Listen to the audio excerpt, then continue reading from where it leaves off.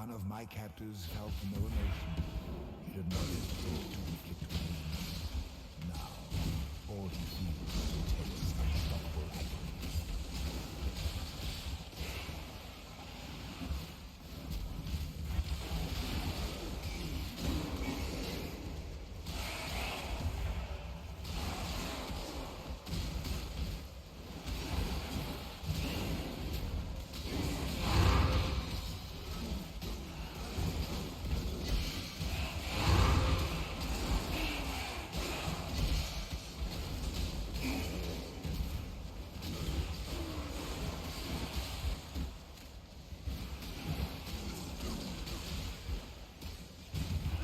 Come on now, don't got all day.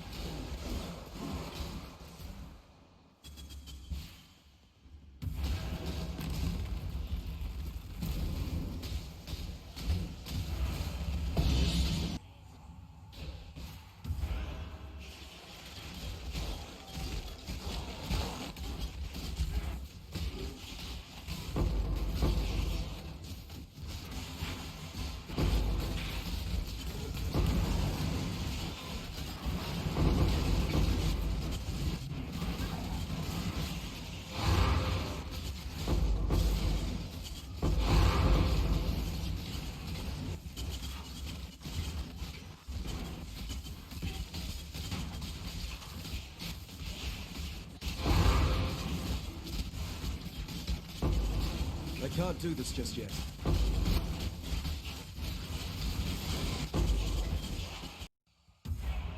Your absurd defiance ends here, hatchling. The appointed time is here. Victory will be ours. Annihilation. Disintegration. The fires of 1,000 suns. Cleansing. The fires of 1,000 suns. Any others would like to challenge me for this realm?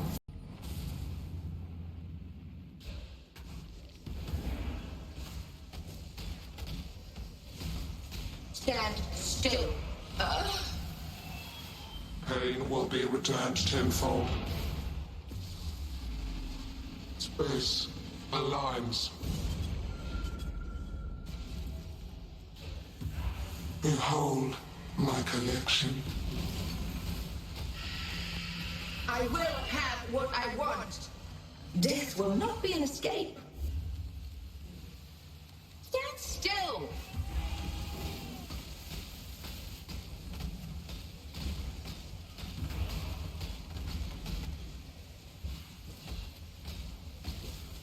Stand. Caretaker, to me. Hello. Today I would like to talk about my champion Shockwave Cyclone build that I have made over the past few days. But before I start to get into the details of my specific character, I wanted to give a little overview on why I chose the champion Ascendancy over the much more common Slayer Ascendancy for Shockwave Cyclone.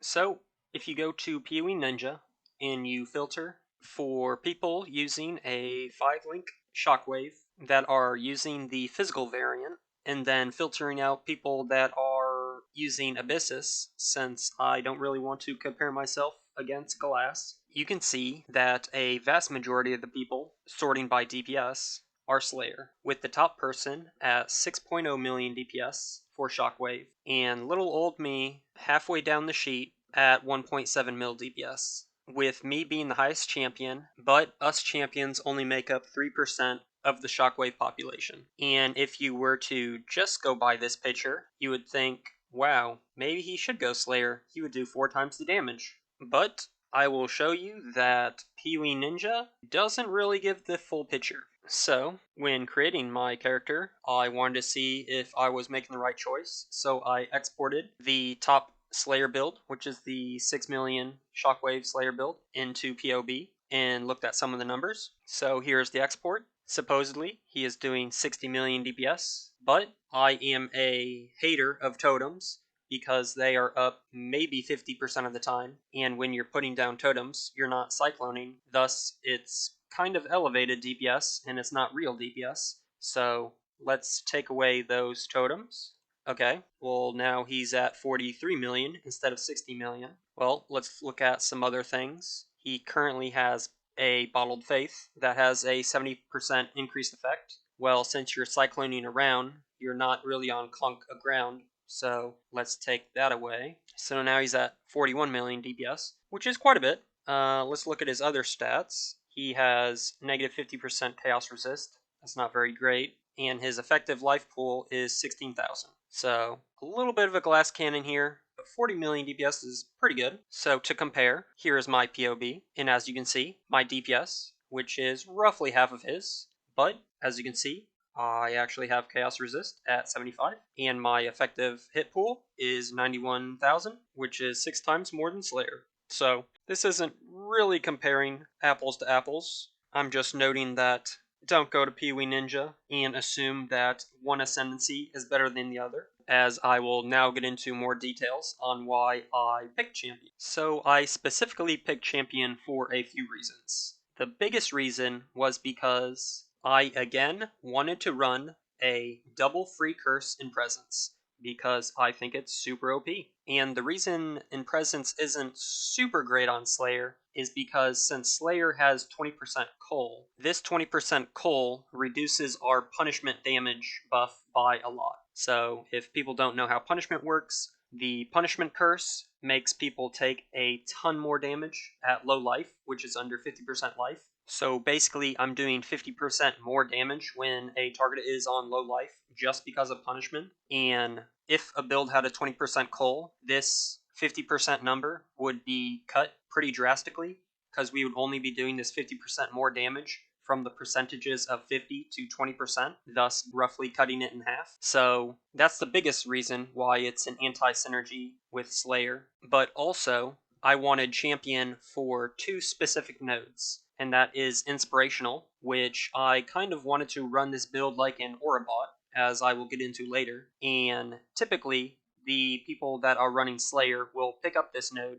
with Forbidden Flesh and Flame, which is nice, if I also didn't want to pick up Master of Metal, which is putting me over the 50k armor amount to get a full 5,000 Molten Shell, which is making me a lot more tanky. In addition, in and of itself, it gives roughly 13% more damage, which isn't insane, but is pretty good. Since we are using maces, scepters, and staves, we easily pick up the Overlord Large Cluster Notable, giving us free Fortify. Thus, the typical route of Champion of going the Perma Fortify isn't needed, because we already have Perma Fortify. Thus, I pick up the Conqueror node, which is a additional 10% less damage taken, and I pick up the Worthy Foe, which is giving me a 20% increased damage, but also it fixes my accuracy issue, which is roughly another 20% more damage. Thus, this node is extremely strong, and enemies are taunted almost all the time, because when I'm cycloning over 2 times a second, my cyclones hits are taunting targets, but also, because I will get into the gem links, I am spamming Enduring Cry for rage regeneration, but also it taunts enemies, thus my taunt uptime on targets is near 100%.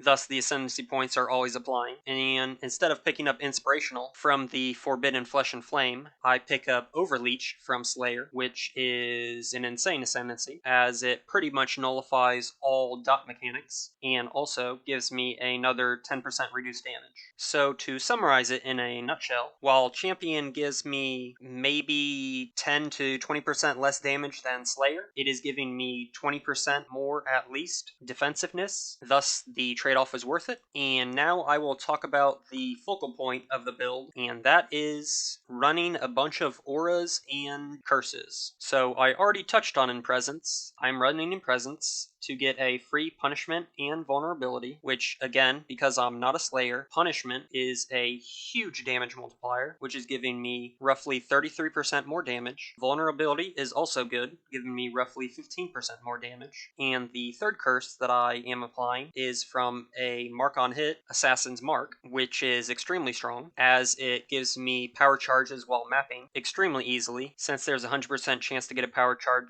when I slay a rare. And also, I I can fairly regularly keep up power charges on bosses, since we are hitting the target twice each second with Cyclone and twice each second with Shockwave. Thus, unless we are extremely unlucky on bosses, this is giving us maximum power charges. So all in all, our triple curses is giving us roughly 60 to 70% more damage, and on top of those 3 curses, I am also running 7 auras, and I am able to do this because small cluster jewels are OP, but they are a little expensive. So as you can see, I picked up a 3-node voices so that I can more easily cap my crit with a triple medium crit cluster with basics of pain and pressure points. But the more important is the triple small cluster jewels with 35% increased effect, which is giving me an insane amount of mana reservation efficiency. Along with these jewels are capping out my resistances and my attributes. Now again, while this is a pretty OP setup, it is expensive, as a 3-node voices is 30 divines, the medium clusters are pretty cheap at 1 divine each, and the small clusters with these fairly high rolls were 10 divine each. Thus, for me to be able to run the 7 aura setup, it cost me 60 divine just in these cluster jewels. But if you're on a little bit of a cheaper budget, you shouldn't be running 7 auras, just drop one of them, and this makes your mana reservation efficiency not as needed. Thus, you will not be required to have a 35% increased effect roll on them, thus making it way cheaper. So with all this mana efficiency, what auras have I chosen to run? I am running Punishment through Blasphemy, which, like I said, is giving me a roughly 30 to 35% more damage due to the enemies taking way more damage on low life. But also, cursed enemies from Punishment are debilitated, which causes enemies to do 10% less damage, which is another one of our many defensive layers. The next aura is Blood and Sand, which is an extremely strong aura for the mana reservation that it costs, which is giving us 16% more damage while in Blood Stance. The next aura is our Pride aura, which, since we have so much mana efficiency, is only 20% mana reservation, and Pride is giving us an insane amount of damage,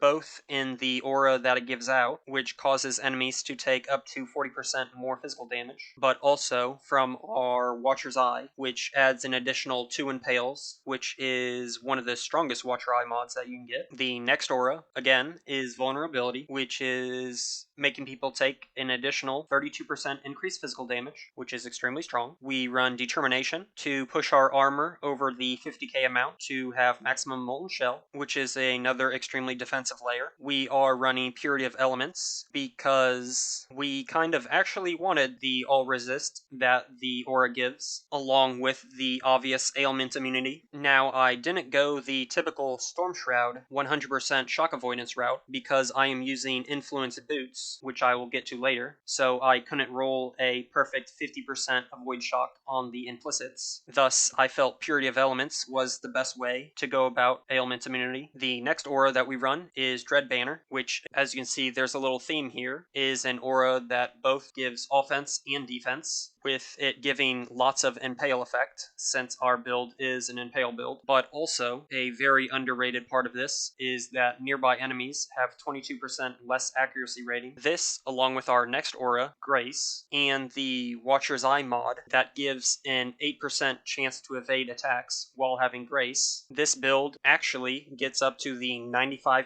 cap chance to evade, which is extremely broken when it comes to mapping, as we pretty much don't get hit. And the last aura that we run is Herald of Purity. While this aura isn't super insane compared to all the others, the reason we run it is because of our Crucible tree, in that we got pretty lucky when crafting our Crucible tree, and the tree mutated when combining. Thus, one of our nodes is a 90% increased buff effect on Herald of Purity. Thus, this 90% increased buff effect puts Herald of Purity way over the top when it comes to damage per mana reserve. Thus, we run it. So, since we touched on the weapon, with the Herald of Purity node, I will go through my gear now. I am using the Moroi Urhi because the downside of attack speed doesn't really matter to us, since our shockwaves are cooldown based and not attack speed based. Thus, the insanely slow speed of this weapon and the extremely high physical damage is ideal for shockwave builds. Now, I know this is a T0 unique, and I know many people that would be trying to emulate this build will attempt to make a good Murohi Urhi, but if you saw my unique crucible crafting video, unless you have 1 to 200 divines, I would actually not suggest going this route. I would actually suggest